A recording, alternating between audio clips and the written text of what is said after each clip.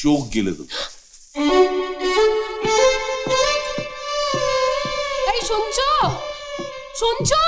দেবী ঠিকই বলেছে, সব কিছু মেনে নিতে নিতে আমরা এমন একটা জায়গায় নেমে এসেছি যে শিয়ালের ডাককেও বাঘের হুঙ্কার বলে মনে হয়। ও দোকান বেচা হবে না। আমার মাথায় একটা আইডিয়া এসছে, আমি আমার দুই বন্ধুর সঙ্গে কথা বলবো।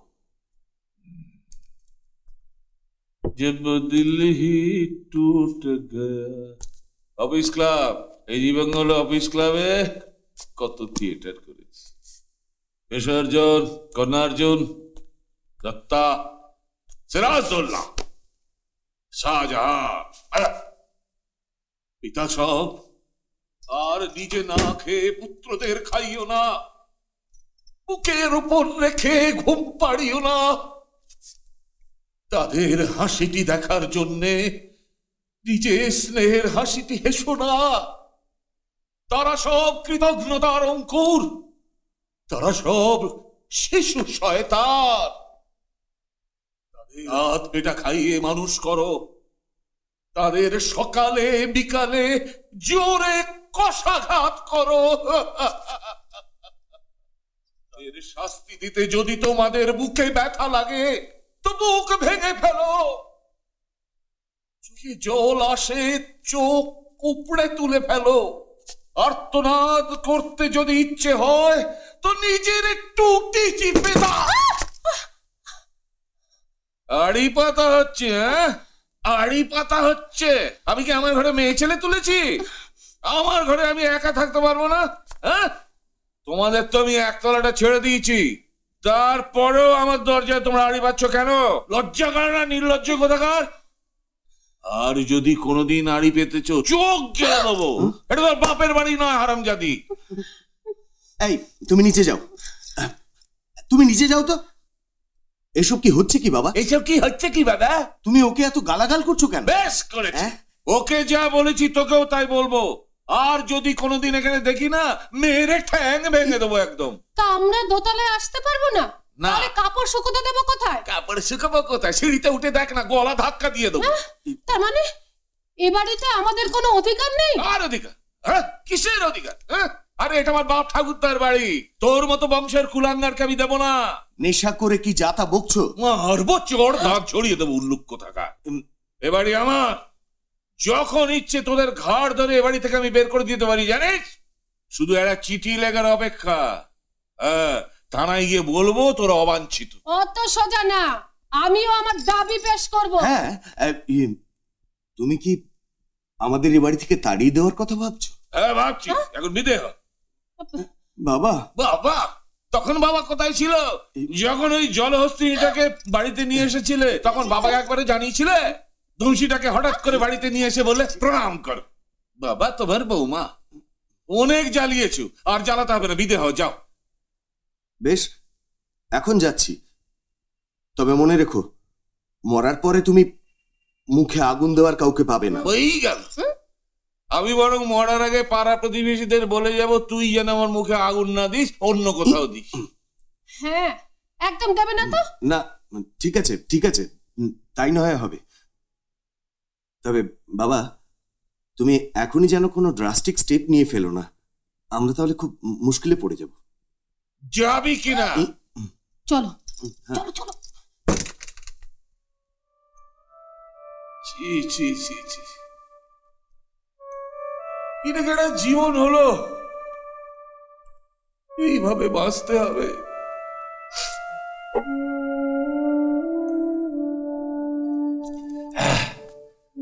সারাটা দিন ভবঘুরের মতো ঘুরে বেরিয়ে অসম্মানের বোঝা বয়ে কোন রকমে কাটিয়ে দিই। কিন্তু রাতটাও কি আমি একটু শান্তি পাবো না?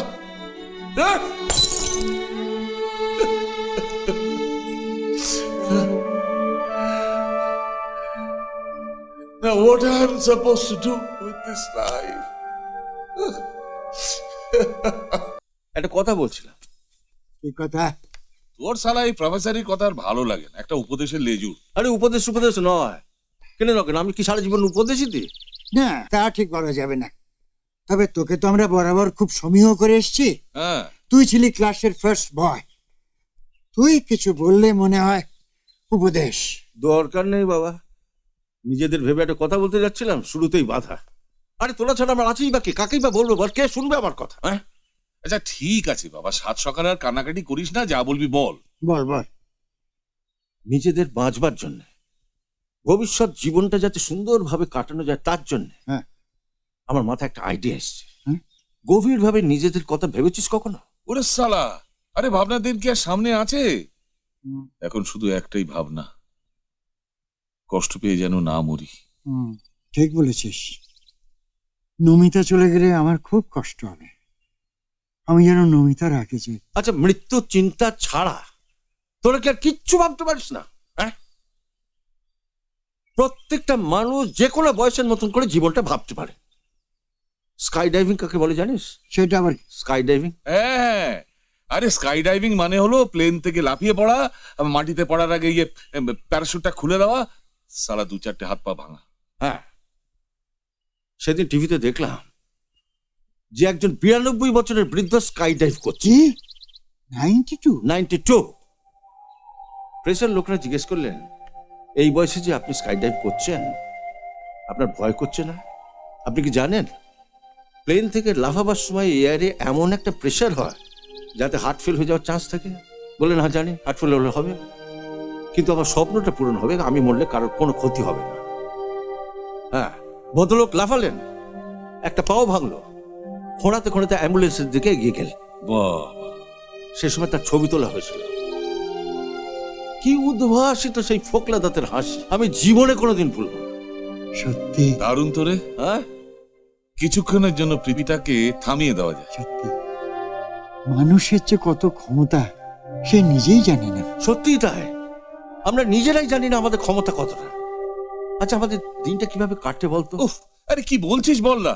না, বলছিলাম যে আমরা তিনজনে মিলে যদি একটা চায়ের দোকান, মানে সর্ট অফ রেস্টুরেন্ট করি, তো এই আর কি। চায়ের দোকান? আর মানে মৃন্ময় তো ওটা চালাতে পারলো না, তাই বলছিলাম কি আমরা তিনজনে মিলে হাত লাগিয়ে ওটা যদি দাঁড় করে দিতে পারি, তাহলে একটা গরিবের উপকার হয় আর কি। কোথায় স্কাই ডাইভিং আর কোথায় চায়ের দোকান? আমি ভাবলাম তুই একটা বড় রকম লড়াইয়ের কথা বলবি, তা না? আরে ক্ষেত্রটা ছোট হয়ে গেলেও লড়াইটা তুচ্ছ হয়ে যায় না নরে? তা বলে রিটায়ার করার পর সবকিছু ছেড়ে চায়ের দোকান? সারা 18 বছর বয়সে এজি বেঙ্গলে ঢুকেছি, 10টা থেকে 5টা হেজিয়েছি, আবার জীবন থেকে রিটায়ার করা যায় না নরেন। রিটায়ারমেন্ট মানে সমাজের বোঝা হয়ে যাওয়া, no contribution, a kind of death. চলমান জীবনে একটা হারমোনি আছে, সে সুর আমরা নিজেরাই কাটিয়ে দিচ্ছি। আচ্ছা, এটাই কি আমরা চেয়েছিলাম নরেন? আমার কিন্তু এই চায়ের দোকানের আইডিয়াটা মন্দ লাগছে না। সারাটা জীবন কাজ করেছি তো, হ্যাঁ। কাজ মানে একটা দায়িত্ব নেওয়া। হ্যাঁ, এই বুড়ো হাঁটু দুটোকে সোজা করে দাঁড় করানো। সব কাজ আমরা নিজে হাতে করবো। দোকান সাজানো, কাপ প্লেট ধোয়া মোছা, চা তৈরি করা, চা সার্ভ করা, সবকিছু আমরা নিজে হাতে করবো। ভোর 5টার মধ্যে আমাদের দোকান খুলতে হবে। মর্নিং ওয়াকার্সরা বেশিরভাগই চা পা খেয়ে বেরোতে পারে না। এই খদ্দেরগুলোকে যদি আমরা ধরতে পারি, দোকান রম রম করে চলবে। রম রম করে চলবে। আমি তোকে হ্যাঁ, 4টি মেয়ে ছেলে খদ্দের ধরো, চলো। শুনুন, নমিতাকে কিন্তু বলা যাবে না ভাই, কেন? ও কিন্তু আর মারধর লাগাতে পারে। না না না না না না, আমি তোদের এসবের মধ্যে নেই। তোরা চায়ের দোকান চালা, আমি আমি আমি তোদের দোকানে বসবো না। আরে আমি সে শালা ওই মৃন্ময় ছোড়াটা না মহা টেটি। এমন আরো অনেক ভিডিও দেখতে এই চ্যানেলটি সাবস্ক্রাইব করে নিন এবং পাশের বেল আইকনটি প্রেস করে দিন।